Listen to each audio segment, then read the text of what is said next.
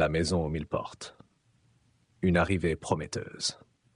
Lorsque Thad et Serena Lovelace posèrent leurs valises devant le seuil de la maison du moulin d'érable, la lumière orangée du couchant éclaboussait les collines environnantes, embrasant les champs d'herbes folles. La vieille bâtisse, solidement campée sur ses fondations de pierre grise, exhalait une aura de sérénité qui semblait contredire son âge vénérable. Les fenêtres, enchâssées dans des cadres de bois sculptés, luisaient doucement comme des yeux accueillants, témoins silencieux de siècles d'histoire. Le toit, légèrement penché, était recouvert d'ardoises usées par le temps, et une vigne grimpante avait envahi un pan entier de la façade, entrelacé de fleurs violettes au parfum envoûtant. Cette maison, à la fois majestueuse et humble, se dressait comme une promesse de renouveau pour le jeune couple. Pour Thad, poète en quête d'inspiration, et Serena, herboriste passionnée, c'était un havre, une chance d'oublier les tumultes de la ville et de se recentrer sur eux-mêmes. Dès le premier regard, Serena s'était entichée de cette demeure et de ses secrets visibles. Un grenier encombré de vieux mâles et de toiles d'araignée, une cave humide où des champignons lumineux s'épanouissaient dans l'obscurité, et un jardin envahi de plantes sauvages. Là, des fougères géantes côtoyaient des fleurs inconnues aux teintes irréelles. « C'est parfait !» avait-elle murmuré en serrant le bras de Thad, alors qu'il franchissait le seuil, subjugué par l'aura intemporelle des lieux. L'intérieur, bien que poussiéreux, n'était pas moins fascinant. Des murs tapissés de boiseries patinées par les ans, des cheminées massives ornées de motifs floraux et des portraits d'ancêtres oubliés qui semblaient suivre leurs moindres mouvements de leur regard figé. La première soirée fut un mélange de rires et d'efforts, ponctué de moments de silence contemplatif. Ils déballèrent leurs affaires sous le regard placide des visages peints, dont certains portaient des expressions si austères que Serena éclata de rire en les imitant. Thad improvisa un sonnet sur les nobles fantômes des érables, en posant un chandelier sur la cheminée principale, transformant l'atmosphère en quelque chose de solennel et joyeux à la fois. La nuit tombée, les étoiles scintillèrent à travers les fenêtres poussiéreuses, et le couple se blottit sous une couverture, rêvant d'un futur rempli de découvertes et de quiétude. Cependant, dès cette première nuit, un étrange malaise s'installa. Serena, d'abord profondément endormie, se réveilla brusquement, les yeux écarquillés. « Thad, tu as entendu ça ?» murmura-t-elle, sa voix tremblant légèrement. Thad ouvrit un œil, ronchonna et tenta de la rassurer. Mais lui-même ne pouvait ignorer un grincement long et plaintif qui semblait provenir du rez-de-chaussée. « Le bois travaille, marmonna-t-il, plus pour se convaincre que pour rassurer sa compagne. Pourtant, le son résonnait comme une plainte humaine, et il dut se rendormir en luttant contre un sentiment d'étrangeté qui semblait émaner de la maison elle-même.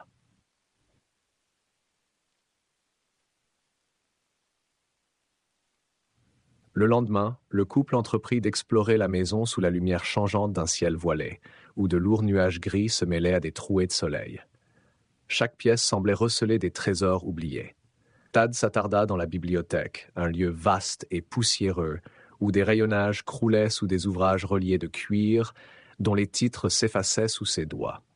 Serena, elle, déambula dans la cuisine, découvrant des ustensiles anciens, des pots en terre cuite, et même une vieille horloge murale qui ne fonctionnait plus.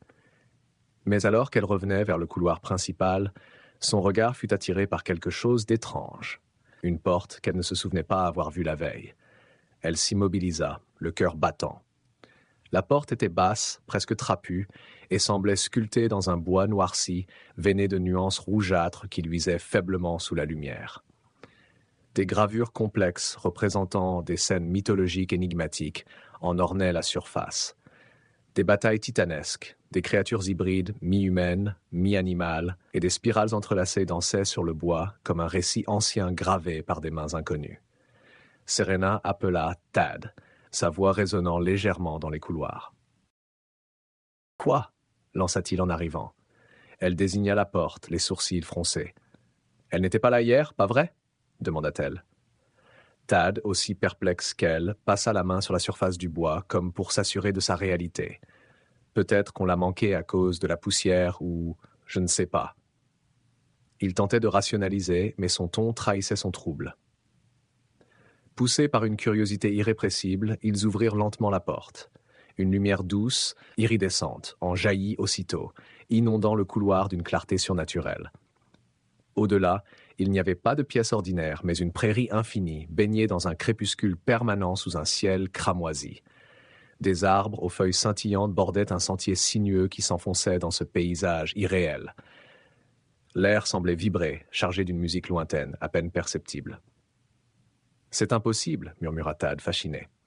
Mais Serena, son enthousiasme surpassant toute prudence, franchit le seuil sans hésitation. Elle se retourna, ses yeux brillants d'une joie presque enfantine. « Viens, Thad !» Thad hésita, son regard oscillant entre sa compagne et la maison qui se découpait comme un tableau derrière eux, encadré par l'embrasure de la porte. Finalement, il céda et la suivit, ignorant le frisson glacé qui parcourut son échine. Les mondes au-delà. La prairie cramoisie les accueillit avec une douceur presque trompeuse. Chaque brin d'herbe semblait émettre une faible luminescence, comme si le sol lui-même était imprégné de magie. Serena avança d'un pas léger, sa main effleurant les feuilles scintillantes des arbres voisins, tandis que Thad peinait à contenir son appréhension. Les silhouettes d'êtres flottants, translucides et éthérés se dessinèrent au loin. Ils semblaient dépourvus de forme définie, comme des éclats de lumière vivante, et se déplaçaient en une danse lente et hypnotique. « Regarde ça, Thad! Ce n'est pas magnifique ?» Serena, émerveillée, tournoyait au milieu des herbes, ses cheveux tourbillonnant comme des flammes sous l'éclat étrange du ciel. Thad, lui, restait en retrait, fixant les créatures d'un œil méfiant. « C'est incroyable, mais qu'est-ce que c'est ?» demanda-t-il. Une des formes lumineuses sembla soudain les remarquer et s'approcha lentement. Elle émit une série de sons mélodieux, pareils à des notes de harpe, et dans un geste gracieux, tendit ce qui semblait être une main, bien que sa structure soit presque imperceptible. Serena, fascinée, tendit la sienne. Lorsqu'elles se touchèrent, une chaleur douce envahit son corps et des images éclatèrent dans son esprit. Des visions d'arbres géants, de rivières miroitantes et de tours dorées flottant dans un ciel infini. « Ils communiquent par des images », s'exclama-t-elle, éblouie. Mais Thad, toujours inquiet, tira doucement Serena en arrière. « Et si on ne pouvait pas revenir ? On ne sait rien de cet endroit, Serena. » Après quelques heures à explorer ce monde enchanteur où chaque plante semblait vibrer d'énergie et chaque brise chuchotait des secrets oubliés, ils décidèrent de rentrer. La porte, heureusement, était restée ouverte derrière eux, un rectangle lumineux suspendu dans les airs.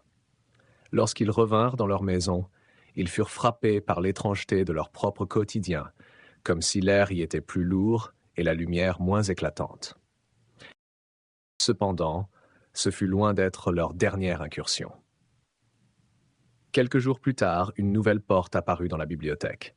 Celle-ci semblait plus ancienne, faite de bois vermoulu et ornée de motifs représentant des vagues tumultueuses et des tourbillons.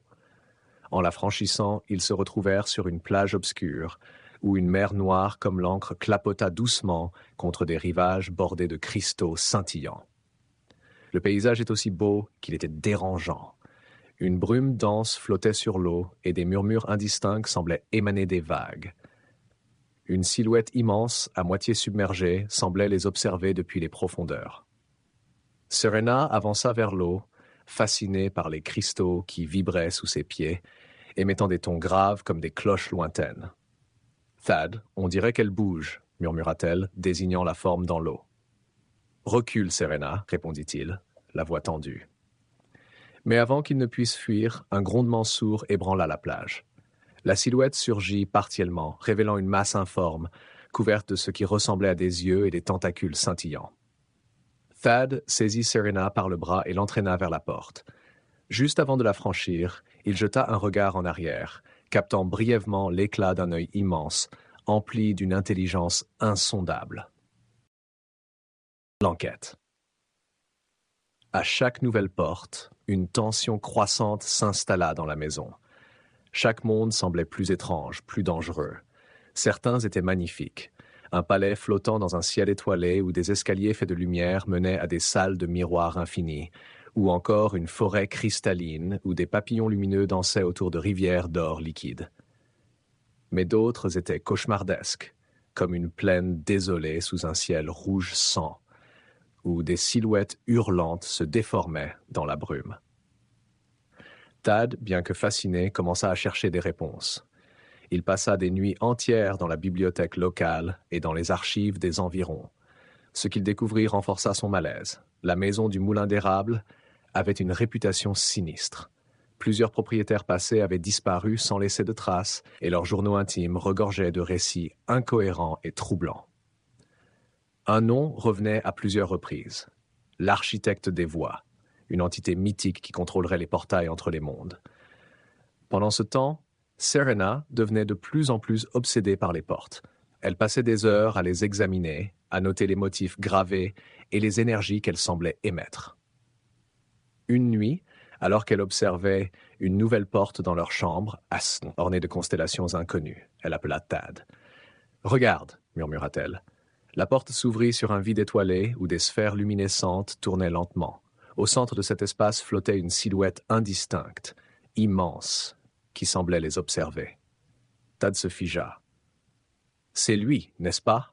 L'architecte. » La silhouette sembla bouger et une voix résonna dans leurs esprits, profonde, vibrante, emplie d'une autorité insondable. « Vous êtes venu à moi. » La confrontation. Face à cette entité colossale, le couple sentit pour la première fois toute l'étendue de leur vulnérabilité. L'architecte leur parla directement, utilisant non pas des mots mais des concepts, des émotions, des visions. Il leur montra une machine cosmique, un réseau infini de portes reliant d'innombrables mondes. Vous êtes des explorateurs, des bâtisseurs de destin. Vous pouvez participer à l'œuvre ou renoncer à tout. Le choix vous appartient. Thad, le cœur battant, sentit une vague d'excitation l'envahir. Serena, tu te rends compte de ce que cela signifie? Nous pourrions tout découvrir, tout comprendre. Mais Serena, dont les instincts protecteurs l'emportèrent, secoua la tête. Thad, c'est trop risqué. Et si ces explorations nous consumaient? Et si cet architecte avait des desseins qu'on ne peut même pas concevoir? Après un débat intense, ils prirent leur décision. Ils refermèrent la dernière porte, scellant l'accès aux merveilles et aux horreurs des mondes parallèles. Mais la maison sembla protester. Des grondements sourds ébranlèrent ses murs, et des ombres dansèrent sur les murs, comme si la bâtisse elle-même refusait de les laisser partir. Lorsqu'un calme étrange revint enfin, toutes les portes anormales avaient disparu. Mais Thad et Serena ne purent jamais oublier. Parfois, dans le silence de la nuit, ils entendaient encore des murmures à peine audibles, et l'éclat des étoiles semblait trop vif, trop proche, comme si l'architecte les observait encore, patient et immuable, attendant leur retour.